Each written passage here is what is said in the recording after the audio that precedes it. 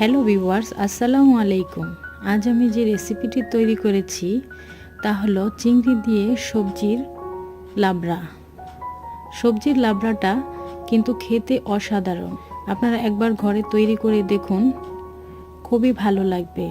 চিংড়ির সবজিটা খেতে এটা ভাত এবং রুটি দিয়েও কিন্তু খাওয়া যায়। তাহলে আসুন চিংড়ি দিয়ে সবজির লাবড়াটা তৈরি করছি চিংড়ি দিয়ে সবজির লাবড়া। এখানে আমি 1 কাপের মতো চিংড়ি নিয়ে নিয়েছি।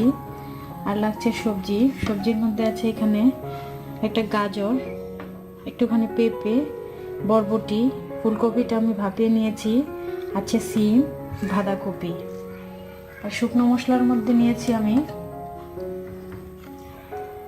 2 টেবিল চামচ তেল, পরিমাণ মতো লবণ দিব, ধনিয়া গুঁড়ো 1 চামচ, ধনিয়া গুঁড়ো 1.5 টেবিল চামচের মতো হলুদ গুঁড়ো, 1 টেবিল চামচের মতো মরিচের গুঁড়ো, 1 টেবিল চামচের মতো জিরা গুঁড়ো।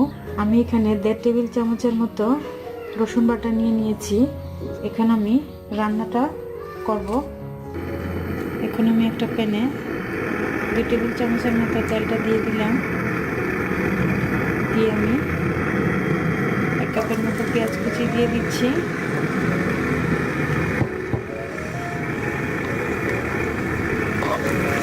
এটাকে একটু নাড়াচাড়া করে এটা ভেজে নেব।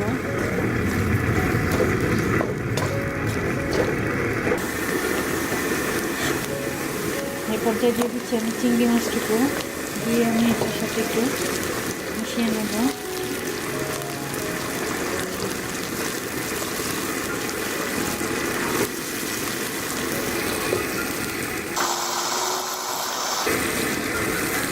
আমার চিংড়ি মাছটা ভাজা হয়ে গেছে প্রায়।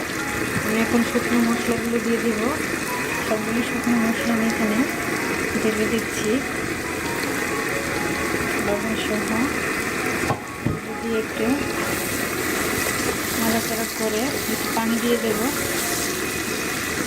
দিয়ে দিচ্ছি একটু পানি, দিয়ে আমি এটাকে ভালো করে কষিয়ে নেব।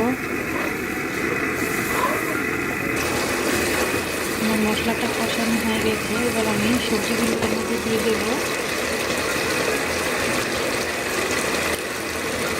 দিয়ে দিচ্ছি ভাপানো ফুলকপিটা, শিম, বরবটি, সবকিছু সবজি আমি আলু, গাজর, বাঁধাকপিটা দিয়ে আমি এটাকে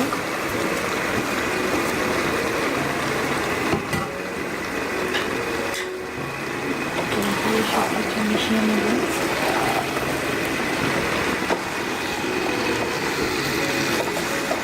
মিশিয়ে নিয়ে আমি একটা ঢাকনা দিয়ে ঢেকে দেব।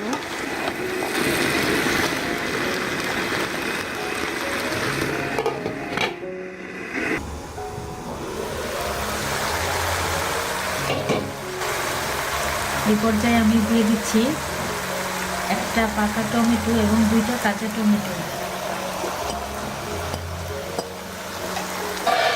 দিয়ে আমি একটু নেড়ে চেড়ে দেবো। এই পর্যায়ে আমি ঢাকনাটা উঠিয়ে দেখলাম, দিয়ে একটু নাড়াচাড়া করে দিচ্ছি। দিয়ে একটু নেড়ে চেড়ে আমার সবজিগুলো কিন্তু অর্ধেকটুকু সিদ্ধ হয়ে গেছে। আমি একটু সিদ্ধ হওয়ার জন্য এখানে দিয়ে দিব পরিমাণ মতো পানি। পানিটা বেশি দিব না, জাস্ট সবজিটা যতটুকু সিদ্ধ হয় সেই পরিমাণে দিব। এটা সবজিটা মাখা মাখা হবে, জোর থাকবে না। এখন আমি এটাকে একটু নেড়ে চেড়ে আবার ঢাকনা দিয়ে 4-5 মিনিটের মতো বন্ধ করে দিব।